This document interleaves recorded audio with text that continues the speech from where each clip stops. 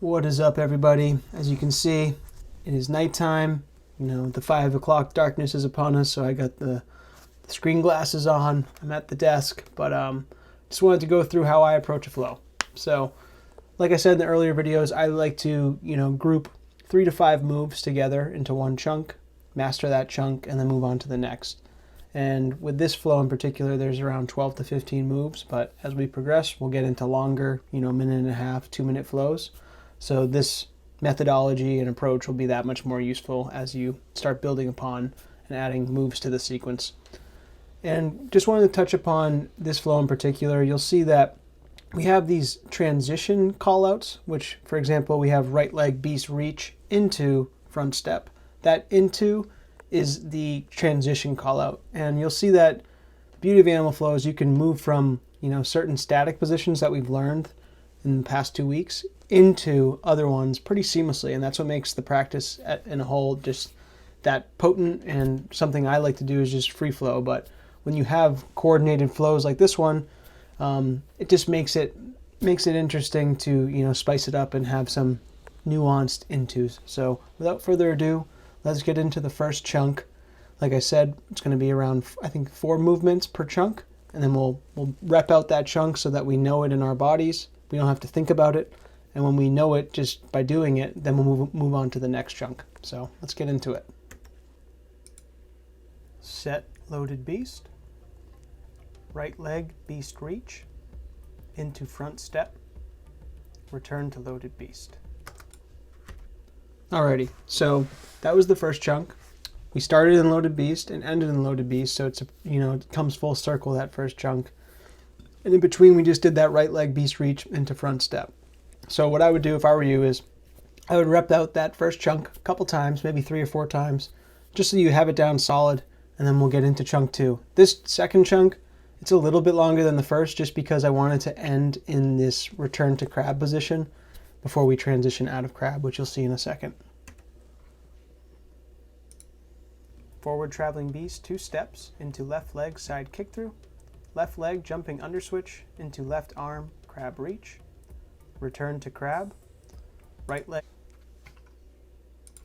Alrighty, so that was chunk 2. We started in loaded beast.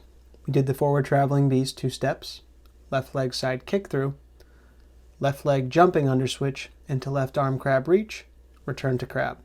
Again, just rep this one out a couple times. This one, I even had some trouble. I was getting a little confused with the side kick through piece. And once you just have this chunk individually down, what I would then do is I would go back to chunk 1 and do now chunks 1 and 2 together until you can do it without having to refer to the video. And once you get to that point, you're then ready to move on to chunk 3 and then add that to chunks 1 and 2. Under switch into loaded beast. Left leg scorpion reach. Into left leg beast reach to front step. Alrighty, so chunk 3. We're almost there, we're almost at the finish line, but this is, again, we're starting in that return to crab position. We do the right leg under switch, and then return to loaded beast, left leg scorpion reach, and then as you're bringing the circle back down and in, instead of coming in and touching your knee to your wrist, you want to just keep that leg out in front of the left wrist to go into that left leg beast reach and then into this front step here, which you can see. And once you get in this position, that is end of chunk 3. So what you're going to do is practice this chunk 3, string it together with 1 and 2, and then you know what's coming next, chunk 4. Final chunk. This one should be a piece of cake. And then once you have all 4 down pat, you can string them all together and you'll be free flowing, baby. Return to loaded beast. Set ape. Ape reach. Open. Yeah. Yeah, buddy. Set loaded beast. So yeah, that last chunk should be a lot easier compared. I feel like chunk 2 is probably the toughest. But yeah, just to reiterate that last chunk, chunk 4 was we're in left leg front step, we return to loaded beast, we set ape, ape reach, and open. And then you can just relish that open because you know you did it.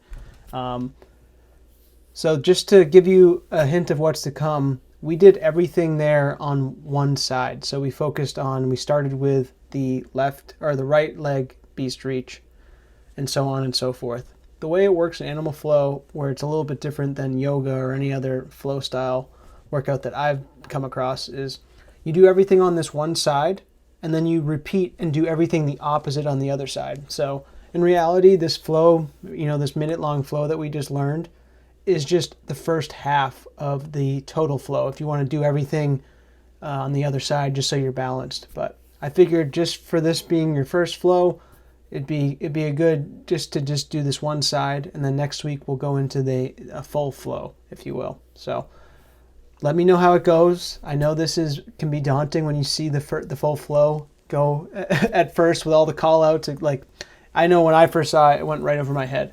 So don't let it overwhelm you. Just chunk it up, break it down into bite-sized pieces, and soon enough you'll be able to gobble it all down in one go. So enjoy, and peace out, Flow Smiths.